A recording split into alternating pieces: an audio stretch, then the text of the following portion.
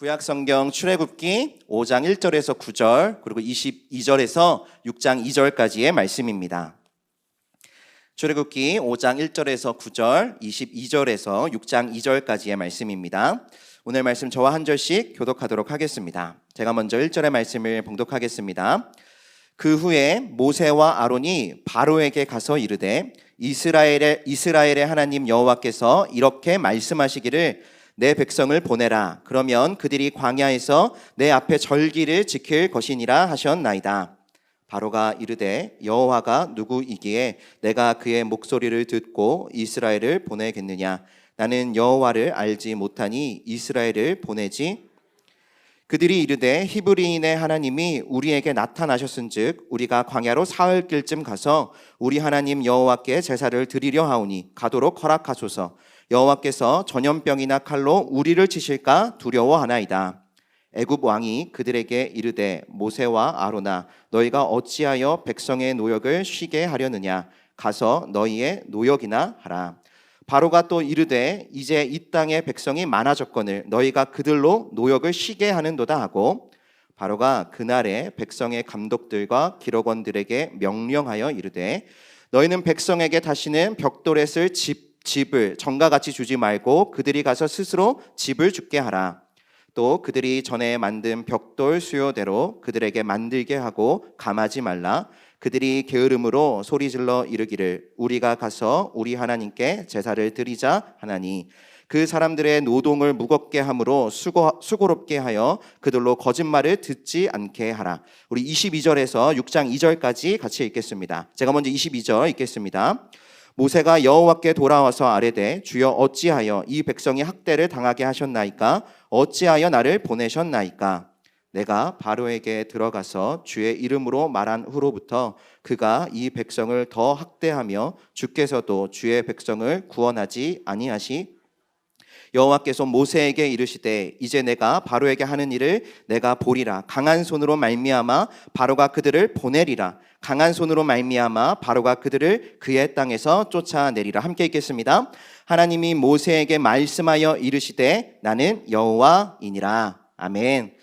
잠깐 같이 기도하고 우리 말씀 나누도록 하겠습니다. 하나님 감사합니다. 이 주일 저녁 또 우리의 시간을 거룩히 구별하게 하셔서 또 하나님의 말씀을 듣는 이 귀한 자리로 우리의 발걸음을 인도하여 주신 그 은혜 참으로 감사합니다.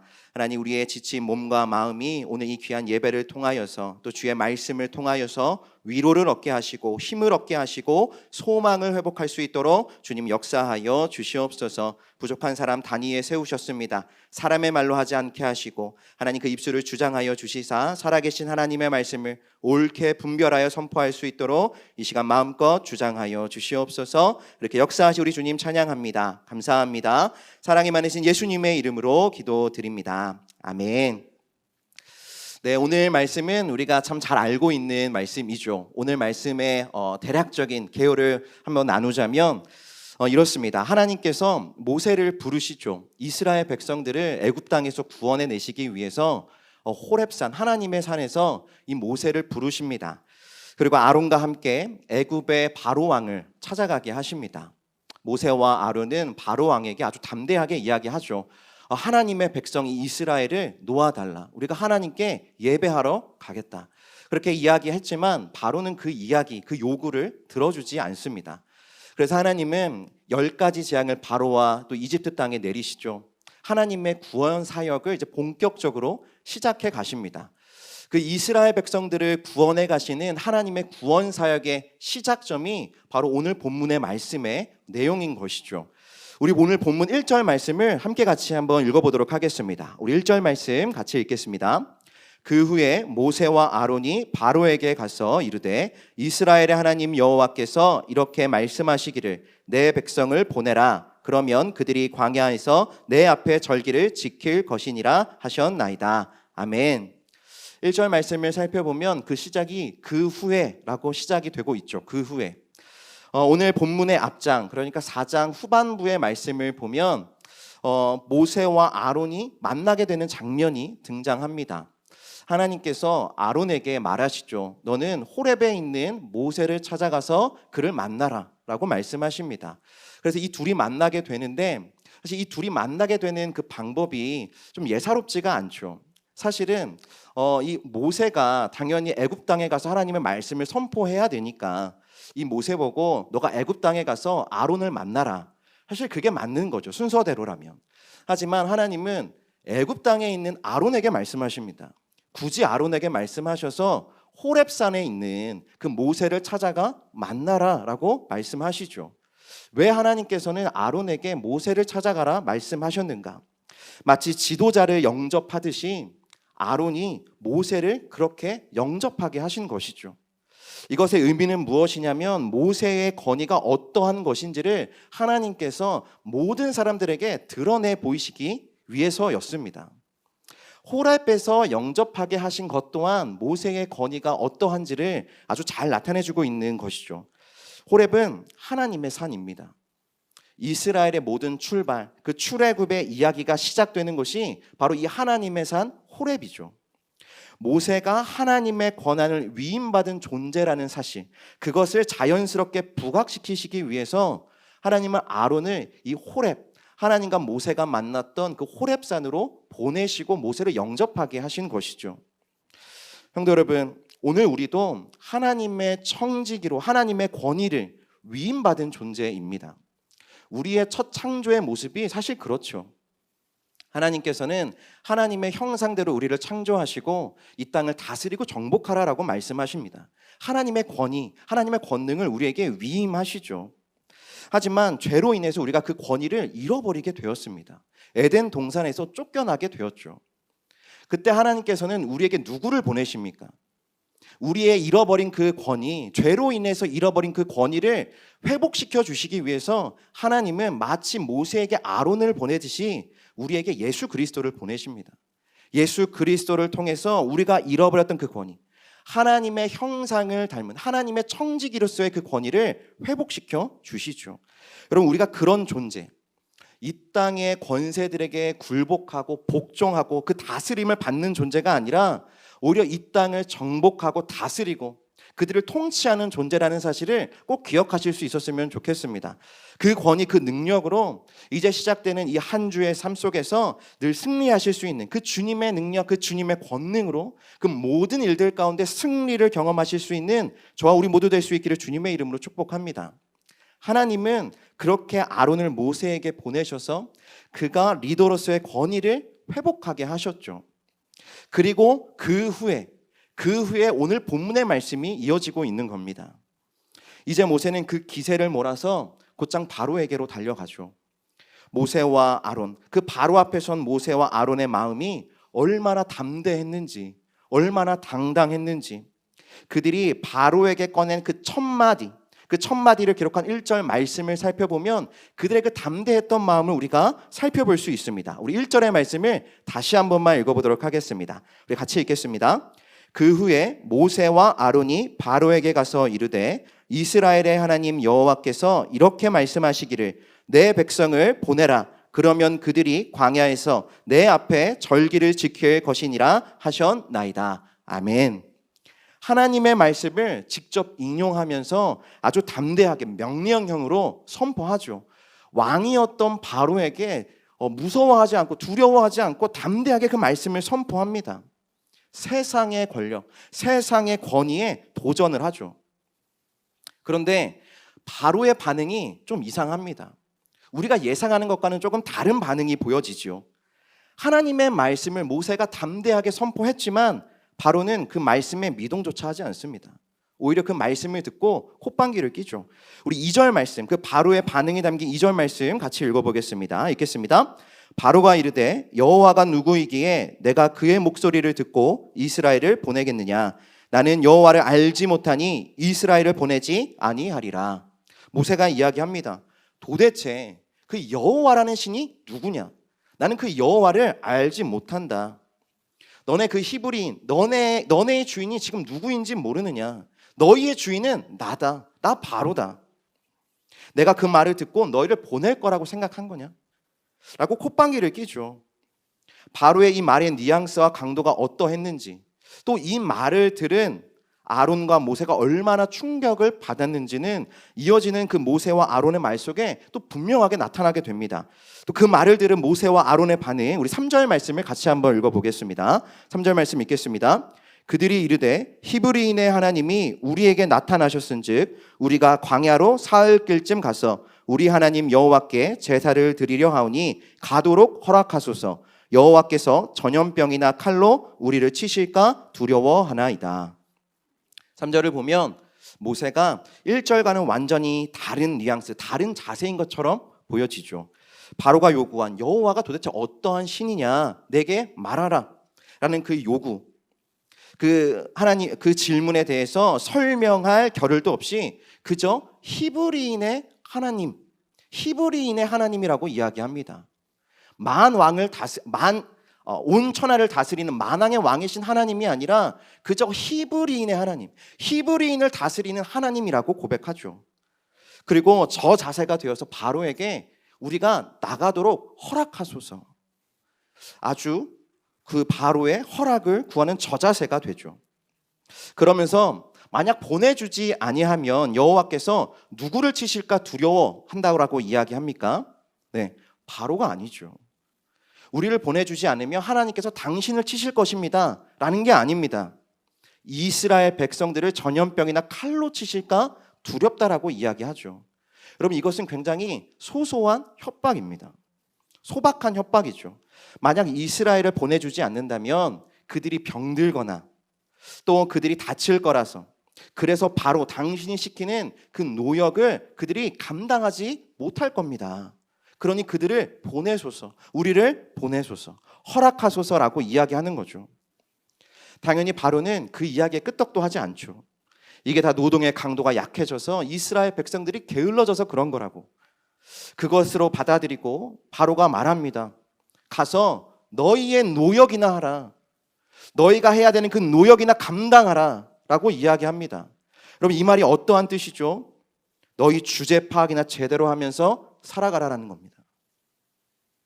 아주 큰 모멸감을 주는 말이고, 또 그렇게 히브리인의 하나님인 하나님을 무시하는 말인 것이죠.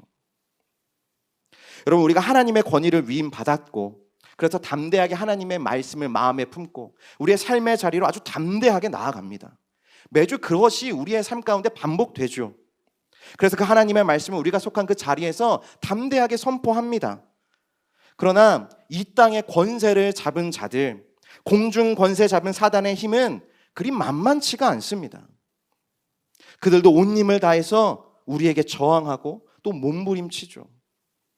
그래, 그들의 저항 때문에 우리는 다시 그 죄의 영향력에 무너지게 됩니다.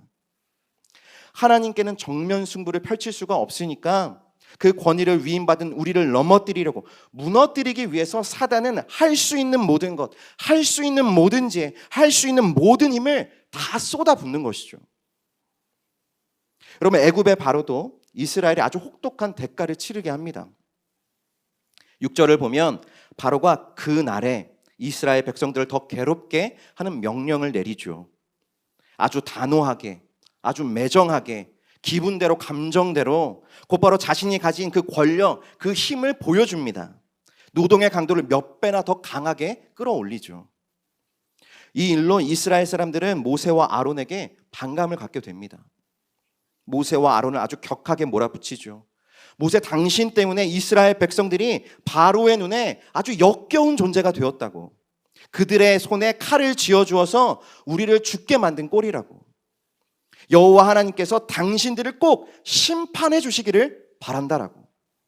아주 강하게 그들을 원망합니다. 사실 이것을 바로가 원했던 것이죠. 노린 겁니다.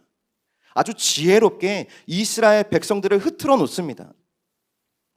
모세가 의도하지는 않았지만 결국 모세는 40년 전의 상황으로 그대로 되돌아간 셈이죠.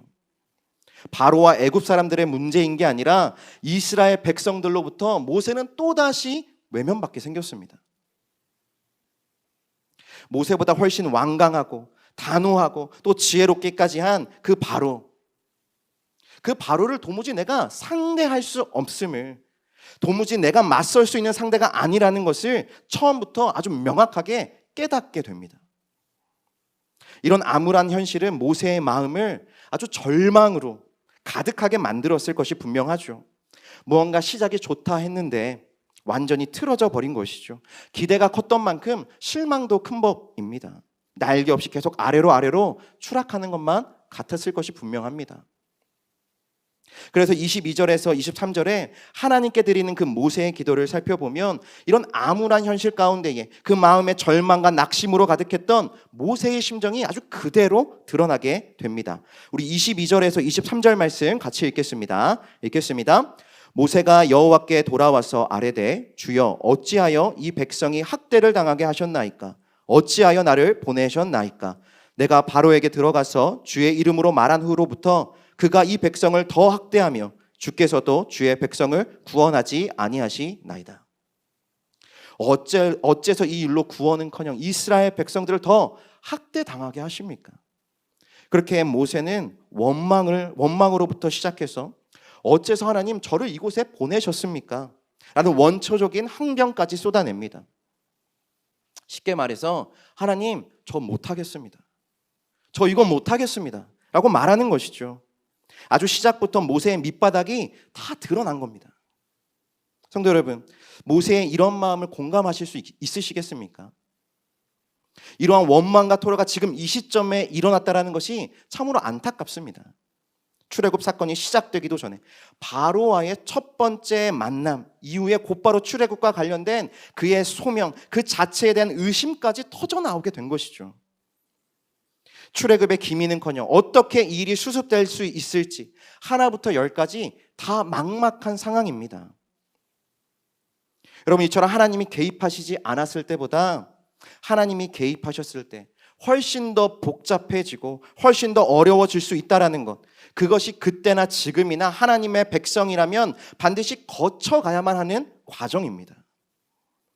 사실 우리야 이 출애굽기의 결말을 이미 다 알고 있으니까 별로 큰 감흥이 없을 수도 있지만 정말로 이것이 내 삶의 현실로 맞닥뜨려지게 된다면 정말 답답하기 그지없는 상황이죠.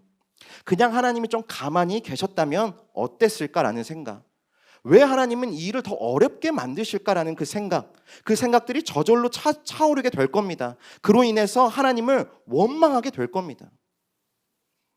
결과가 어떻게 될지 모르는 그 불확실한 상황 속에서 우리의 믿음과 인내는 그리 오래 견뎌내지를 못하는 것이죠. 그러나 우리는 오늘 이 본문의 이런 과정이 느닷없이 생긴 일이 아니라 모두 다 하나님의 계획 가운데 있었다라는 것을 우리는 기억해야 합니다. 모세는 잠시 잊어버렸겠지만 이러한 상황은 하나님께서 직접 말씀하신 시나리오의 한 부분에 불과하죠. 바로가 완강하게 거절할 것임을 이미 예상하셨을 뿐만이 아니라 하나님이 직접 그렇게 바로의 마음을 완악하게 하실 거라고까지 말씀하셨습니다. 우리 출애굽기 3장 19절에서 20절 말씀을 같이 한번 읽어보겠습니다. 출애굽기 3장 19절에서 20절 읽겠습니다. 내가 아노니 강한 손으로 치기 전에는 애굽 왕이 너희가 가도록 허락하지 아니하다가 내가 내 손을 들어 애굽 중에 여러 가지 이적으로 그 나라를 친 후에야 그가 너희를 보내리라. 아멘. 바로의 마음이 부드러워져서 출애굽이 이루어지는 게 아닙니다. 계속 단단해져서 결국 하나님의 손에 의해서 부서질 그때에 비로소 이스라엘 백성들이 자유를 얻을 것임을 하나님은 분명히 말씀해 주셨죠. 그래서 지금의 상황은 실패가 아닌 겁니다.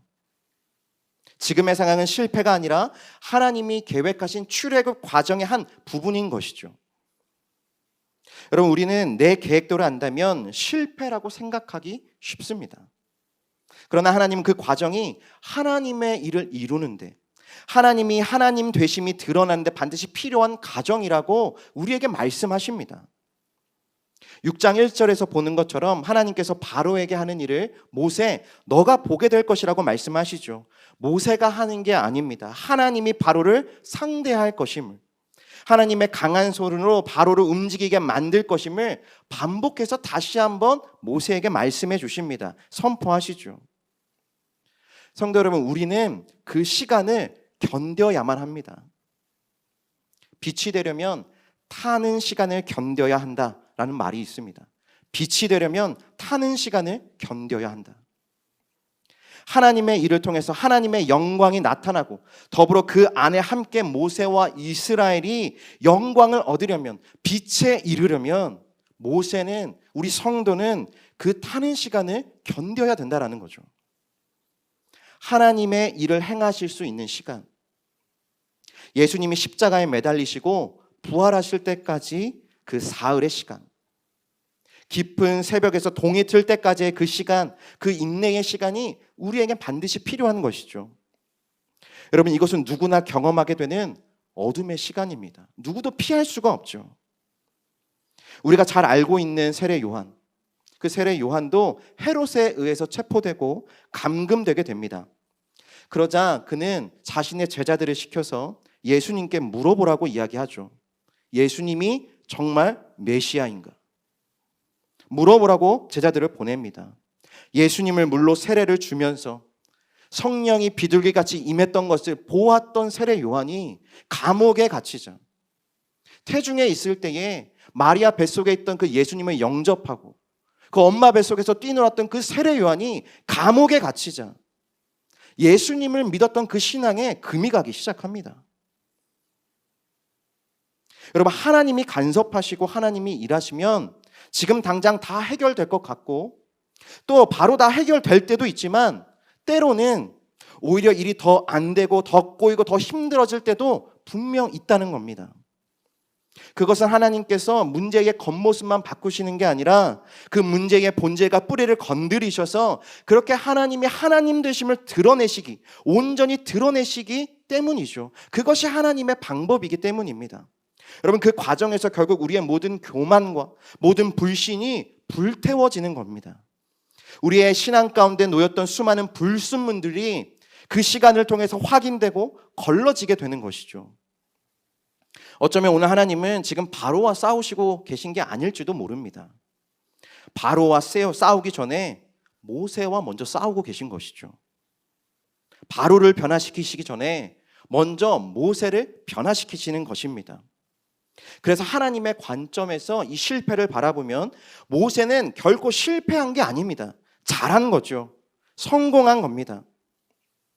하나님은 그 실패가 하나님의 계획이고 하나님의 일이 이루어지는 하나의 중요한 과정임을 모세와 그리고 오늘 이 말씀 앞에 서 있는 오늘 우리에게 알려주고 계신 겁니다. 모세는 이 실패의 과정을 통해서 아론이 아니라 민심이 아니라 오직 하나님께 모든 문제의 답이 있음을 스스로 확인하게 됩니다. 여러분, 모세가 이 어려운 상황 속에서 어디로 가고 있는지, 좌절한 모세가 오늘 어떻게 반응하는지 우리는 그 모습을 오늘 주목해 봐야 합니다. 22절에 모세의 모습이 나오죠. 22절에 모세가 여호와께 돌아와서 아뢰되. 모세는 여호와께로 돌아가 여호와께 이야기합니다. 그리고 하나님께 모든 것을 토해내죠. 하나님, 어찌하여 이 일이 이렇게 일어나게 하시는 겁니까? 어찌하여 나를 보내신 겁니까? 이렇게 하실 거면 이스라엘을 구원하신다는 말씀을 왜 하신 겁니까? 하나님이 일하시고 더 상황이 안 좋아지는 건 어떻게 하실 겁니까? 모세는 하나님 앞에 자신의 밑바닥을 다 토해놓습니다. 어떤 멋진 말로 기도하는 것도 아니죠. 상투적인 표현도 없습니다. 그냥 직접적으로 하나님께 다 이야기합니다. 낙심하고 당황한 마음 있는 그대로를 다 표현하죠. 다소 우리가 듣기에는 무례해 보이는 기도이지만 모세는 돌려 말하지 않습니다. 그리고 정말 중요한 것은 하나님은 모세의 그런 태도를 받아들이신다라는 게 아주 중요한 포인트죠. 모세의 원망이 섞인 그 기도에 별로 놀라지도 않으십니다. 책망하지도 않으시죠. 대신 하나님은 당신께서 바로에게 행하신 것을 볼 때까지 기다리라고만 말씀하십니다. 다시 모세에게 부르심의 말씀을 주시죠. 모세의 기도는 불평처럼 보일 수 있고 물론 분명 불평과 원망이기도 합니다. 그러나 하나님의 반응은 이스라엘 백성들이 불평하고 원망할 때와는 전혀 다른 차원에서 하나님의 응답이 이루어지죠. 이스라엘 백성들이 출애굽해서 불평할 때는 하나님은 이스라엘 백성들을 혼내시고 이스라엘 백성들에게 벌을 주시기도 하지만 오늘 하나님은 모세에게만큼은 아주 친밀하게 친절하게 응답해 주시고 모든 것을 설명해 주십니다. 여러분, 모세와 이스라엘 백성들의 차이가 무엇이겠습니까? 우리가 출애굽기의 말씀을 계속해서 살펴보면 이 둘의 결정적인 차이를 어렵지 않게 발견하게 됩니다. 이스라엘 백성들은 불평을 하나님에 대하여서 합니다. 반면 모세는 하나님 앞에서 하나님께 불평합니다. 이스라엘 백성들은 그냥 자기 안에 갇혀서 좌절하고 울 뿐 하나님 앞으로 나아가지 않습니다. 그냥 자신의 장막 앞에서, 그 문 앞에서 울고 불며 하나님을 원망하고 모세를 원망할 뿐 하나님을 찾아가지 않습니다. 그러나 모세는 다르죠. 모세는 불평과 원망의 마음이 생겼을 때 어디로 갑니까? 하나님 앞에 찾아갑니다. 다시 하나님 앞에 되돌아가 하나님 앞에 묻습니다. 하나님, 어째서 이렇게 되는 것이냐고, 이건 정말 아니지 않느냐고 하나님께 묻고 하나님께 따지고 하나님 앞에 다 토해내는 것. 여러분, 이것이 그 둘의 차이점이죠. 이 차이가 많은 것을 결정하는 겁니다. 모세는 하나님의 등 뒤에서 하나님에 대해 부정적으로 말하지 않습니다. 하나님을 경외함으로 하나님 앞에서 하나님께 묻습니다. 하나님께 다 토해놓죠. 아일랜드의 작가 오스카 와일드라는 사람이 있는데 이런 말을 했습니다. 진정한 친구라면 앞에서 찌른다. 진정한 친구라면 앞에서 찌른다. 지금 모세는 그렇게 하나님 앞에 나아갑니다. 내가 하나님의 친구임을, 하나님이 나의 친구임을 그렇게 나타내고 드러내는 것이죠. 그리고 그가 지금 필요한 하나님의 말씀에 귀를 기울입니다. 모세는 뒤에서 하나님에 대해서 이야기하지 않습니다. 다른 누군가와 논의하고 계획하지 않습니다. 여러분, 그래서 하나님을 믿는 길, 이 신앙의 길은요, 고독한 겁니다. 토론하고 상의해서 우리의 믿음이 생겨나고 자라나는 게 아니기 때문이죠. 우리의 믿음이 생겨나고 우리의 믿음이 자라나는 것은 하나님 앞에 나아갈 때 그런 성장이 있고 그런 믿음이 우리 안에 생기게 되는 거죠. 하나님의 말씀 앞에서 우리의 믿음이 생겨나는 겁니다. 하나님은 하나님 앞에서 다 토해내는 우리의 기도, 그 기도가 비록 오늘 모세처럼 하나님, 저에게 왜 이러십니까? 왜 이러한 일을 지금 이 시간에 이때에 왜 나에게 행하십니까? 도대체 왜 이렇게까지 저를 시험하십니까? 저를 못 살게 구십니까? 하나님, 저 다 못하겠습니다 라는 원망과 불신의 기도라 할지라도 하나님은 그 기도 때문에 낙심하시거나 진노하지 않으십니다. 하나님은 우리의 인생 가운데 그 왜, 어찌하여라는 질문을 가질 수밖에 없다라는 것, 그런 연약한 존재라는 것을 이미 다 알고 계시고 이미 다 이해하고 계십니다. 여러분, 예수님의 기도 중에도 이런 왜라는 기도가 있습니다. 하나님의 모든 뜻을 다 알고 계셨던 예수님도 십자가에 달리실 때 하나님께 이렇게 부르짖습니다. 엘리 엘리 라마 사박다니, 나의 하나님 나의 하나님, 어찌하여 나를 버리십니까? 여러분, 이러한 기도는 하나님의 불꽃 안에서 타오르며 인내하는 성도가 누릴 수 있는 특권이죠. 그러나 하나님은 하나님에 관하여서, 하나님에 대하여서 불평하는 것에는 전혀 다른 입장을 가지십니다. 하나님께서는 그런 이야기거리가 되는 것을 원치 않으시죠. 하나님은 그렇게 믿음의 논점이 흐려지는 걸 원하지 않으십니다. 여러분, 부모님이 마음에 안 든다고 남의 집 부모님에게 가서 내 부모를 헐뜯는 것은 아닌 거죠. 그건 철이 없어도 정말 너무 없는 모습이죠. 그런데 많은 사람들이, 심지어 그리스도인들도 하나님에 대하여 말하기를 좋아합니다. 하나님 앞에서 하나님과 대화하는 게 아니라 사람들과 함께, 사람들 앞에서 하나님에 대해 이러쿵저러쿵 이야기하는데 매우 익숙한 것이죠. 하나님을 가십거리로 만들어 버립니다. 그러고는 그것이 얼마나 심각한 일인지를 알지 못합니다. 여러분, 욥의 세 친구들 아시죠? 욥의 세 친구들이 욥을 위로하러 갔습니다. 하나님의 말씀을 욥에게 가르쳐 주었죠. 하지만 그들은 하나님에 대해서만 이야기합니다. 하나님과는 어떤 교제도, 대화도, 기도도 없이 욥에게 하나님에 대하여 이야기만 합니다. 그런데 욥은 어떻습니까? 욥은 그 이야기를 듣고 그 친구들뿐만이 아니라 하나님께 항변합니다. 욥도 어찌하여라는 말을 모세나만큼이나 아주 자주 한 사람이죠. 하나님, 저에게 왜 이러십니까? 어찌하여 저에게 이러십니까? 그런데 욥이 그들보다 의롭다고 하나님은 판단하시죠. 여러분, 세례 요한이 제자들을 통해서 예수님께 묻자 답이 옵니다. 예수님에 대하여서 자기들끼리 말하는 게 아니라 예수님께 가서 진짜 당신이 메시아인지 믿음이 흔들렸을 때 내가 당신을 믿고 당신이 메시아임을 신뢰하고 하나님의 말씀을 선포하다가 지금 이 감옥에 갇혔는데 정말 당신이 메시아이십니까? 그렇게 예수님께 가서 겸손히 물었죠. 그러자 결국 그 답을 듣게 됩니다. 성도 여러분, 하나님은 우리와 대화하실 준비가 되신 분이시죠. 하나님은 모세가 주님 앞에 나아오기를 기다리셨습니다. 그리고 응답하시죠. 6장 2절부터는 다시 하나님의 말씀이 새롭게 시작이 됩니다. 물론 이전에 하셨던 말이지만 하나님께 다시 찾아온 모세에게 다시 그 소명의 말씀을 허락해 주시죠. 이전보다 더 자세히 더 깊이 말씀해 주십니다. 그 소명의 말씀을 모세는 듣고 다시 일어나서 이스라엘 자손들에게 돌아가죠. 여러분, 출애굽기는 이것의 반복입니다. 모세가 하나님과 대화하고 나가서 얻어맞고 다시 하나님께로 돌아옵니다. 하나님은 다시 모세를 위로해 주시죠. 하나님께서 말씀해 주십니다. 하나님과 대화를 하고 다시 모세는 나갑니다. 나가서 얻어맞고 다시 하나님께로 돌아오죠. 출애굽기는 계속해서 이 과정이 반복되어집니다. 이 과정 속에서 하나님의 일은 조금씩 점차 완성되어져 가고 성취되어져 갑니다. 뒷담화가 아니라 앞담화, 앞에서 하나님께 대화하고 하나님께 쏟아놓는 그 기도가 되어야 신앙은 그 타오르는 불꽃을 인내하는 시간을 견딜 수 있고 또 그래야만 믿음의 열매를 맺게 된다라는 겁니다. 여러분, 그것이 오늘 메시지의 핵심입니다.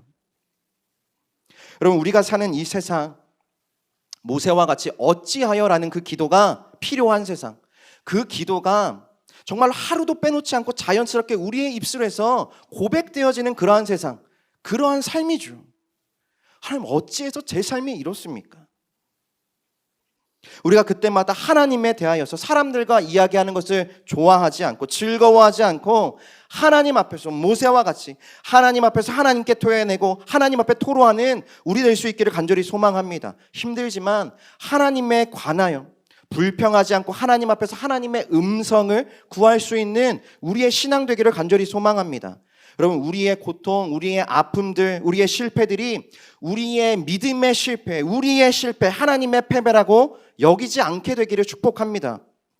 이미 그 모든 실패들을 알고 계시고 그 실패 또한 계획하셔서 그 실패를 지나 지금도 가장 좋은 길로 인도하고 계신 그 하나님의 계획을 신뢰하실 수 있는 저와 우리 모두 될 수 있기를 주님의 이름으로 축복합니다. 그 계획을 신뢰하면서 계속해서 그 신앙의 길, 그 삶의 길을 묵묵히 담대하게 이어가실 수 있는 저와 우리 될 수 있기를 주님의 이름으로 축복합니다.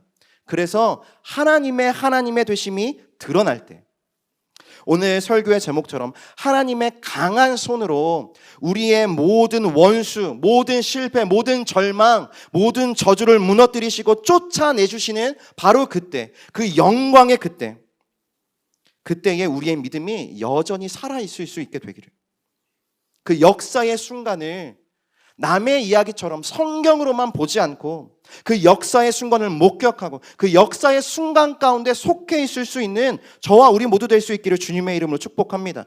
주님과 함께 마지막까지 하나님의 영광으로 빛나게 되는 우리 모두 될 수 있기를 주님의 이름으로 축복합니다.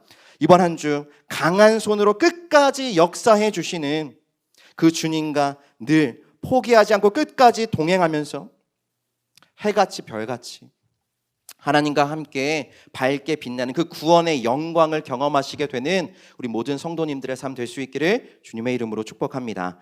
우리 이 시간 말씀을 기억하면서 같이 찬양했으면 좋겠습니다.